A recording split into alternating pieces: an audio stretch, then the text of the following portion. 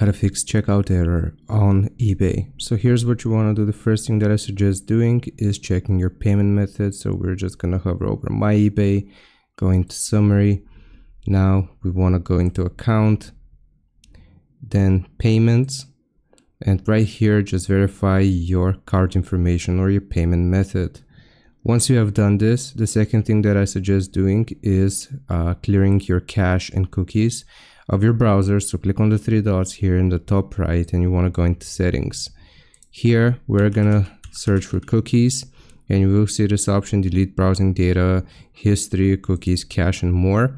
You can untoggle browsing history, set this to all time, and clear your cookies and cached images and files. Now make sure that you know all of your passwords, because this is going to clear your passwords as well. Once you have done this, if it still doesn't work, the last thing that I can suggest doing is using the eBay app on your phone. So you can hop onto the eBay app on your phone and see if you can purchase the item and check out using the mobile app. Hope this helps. Leave a like and sub. I'll see you next time.